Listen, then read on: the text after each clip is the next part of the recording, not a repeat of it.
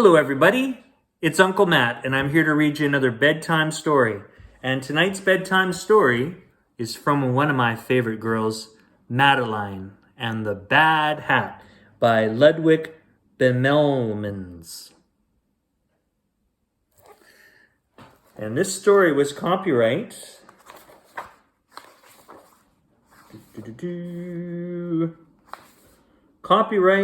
in 1956.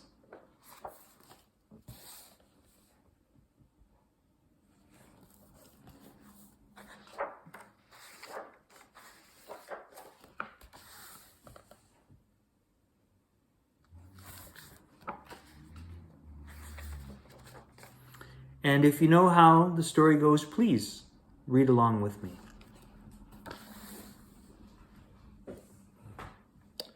In an old house in Paris that was covered with vines lived 12 little girls in 2 straight lines.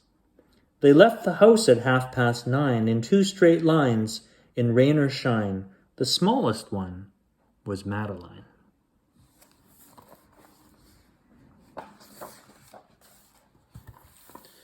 One day, the Spanish ambassador moved into the house next door.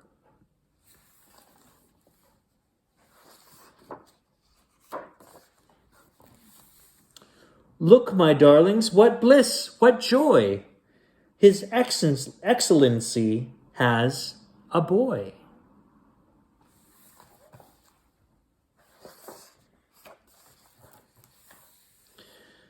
Madeline said, "It is evident that this little boy is a bad hat." In the spring when birdies sing, something suddenly went zing.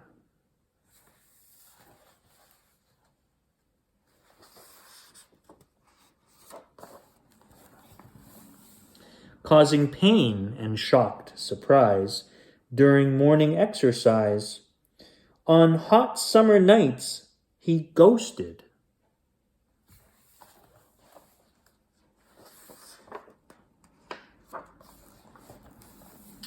In the autumn wind, he boasted that he flew the highest kite.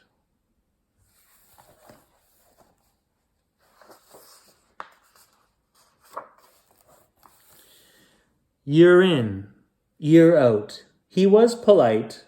He was sure and quick on ice.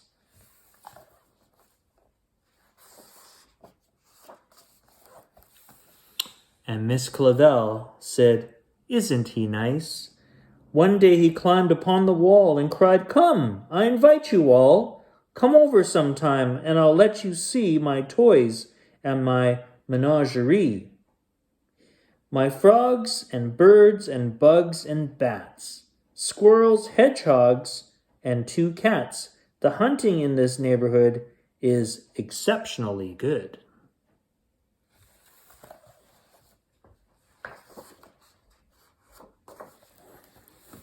But Madeline said, "Please don't molest us.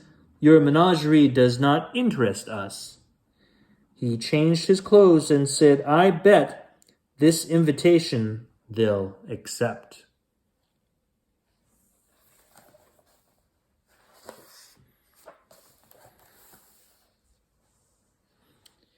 Madeline answered, "A torero,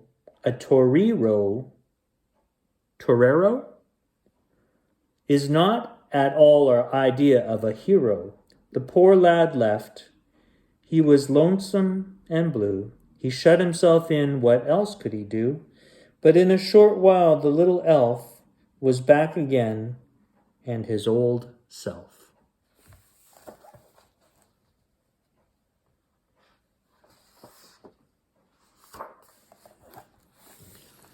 Said Miss Clavel, "It seems to me he needs an outlet for his energy. A chest of tools might be attractive for a little boy that's very active." I knew it. Listen to him play, hammering, sawing, and working away. Oh, but that boy was really mean.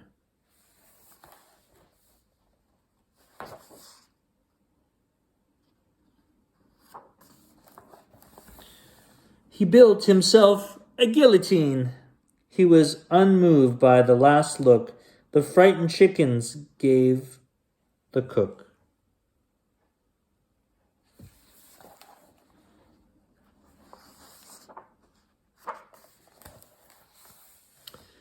He ate them roasted, grilled, and frito. Oh, what a horror was Pepito.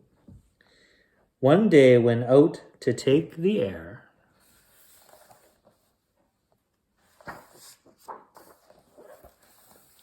Madeline said, "Oh, look who's there." Pepito carried a bulging sack.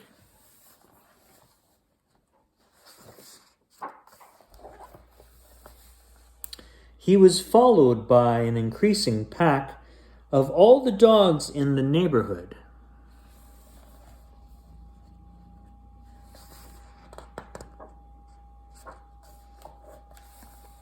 That boy is simply misunderstood. Look at him bringing those doggies food.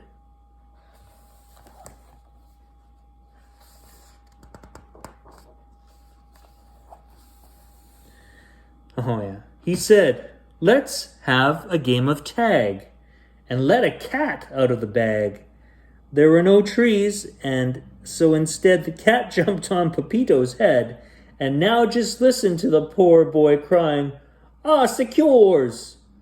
which you must cry if by any chance you've ever in need of help in France. Miss Clavel ran fast and faster to the scene of the disaster.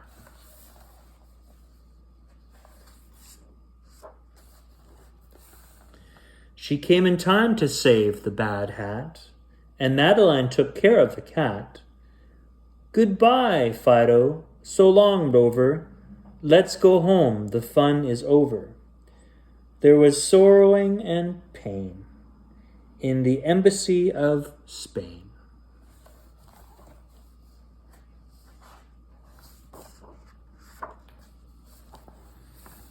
The ambassadoress wept tears of joy, and she thanked Miss Clavel for saving her boy. Nothing, said the ambassador, would cheer up poor Pepito more than a visit from next door. Only one visitor at a time. Will you go in first, Miss Madeline?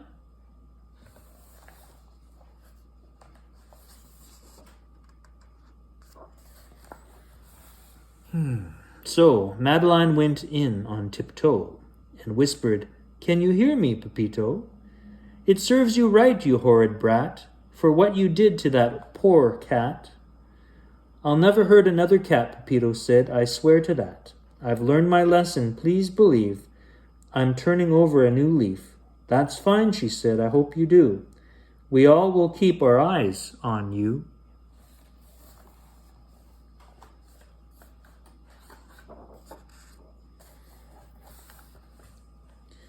And lo and behold, the former barbarian turned into a vegetarian.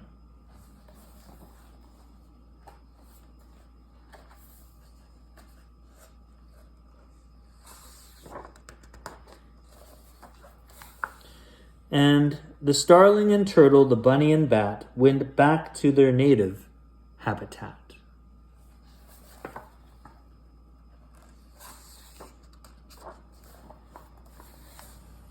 His love of animals was such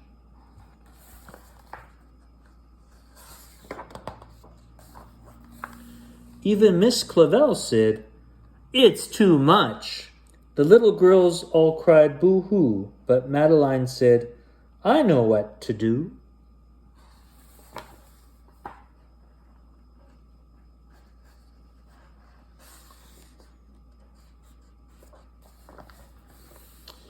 And Madeline told Pepito that he was no longer a bad hat. She said, "You are our pride and joy. You are the world's most wonderful boy." They went home and broke their bread and brushed their teeth and went to bed.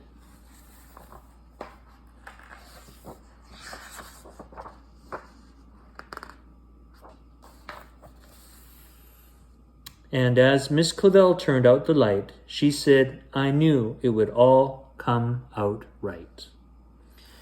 And that's all the time we have for Uncle Matt's bedtime story. I hope you enjoyed that story.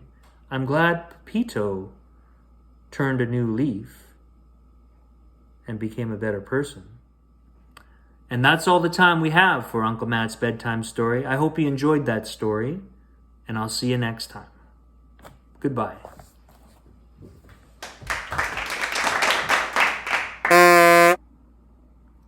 Cut. And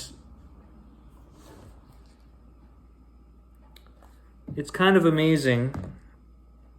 Cut. And that's all the time we have for Uncle Matt's bedtime story. I hope you enjoyed that story. I'm also thankful that Pepito turned a new leaf and was no longer the bad hat. Well, until next time. Cut. That's all the time we have for Uncle Matt's bedtime story.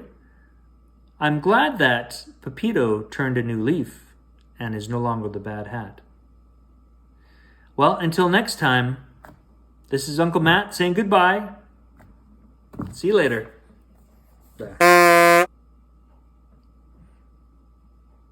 And that's all the time we have for Uncle Matt's bedtime story. I'm glad that... Next.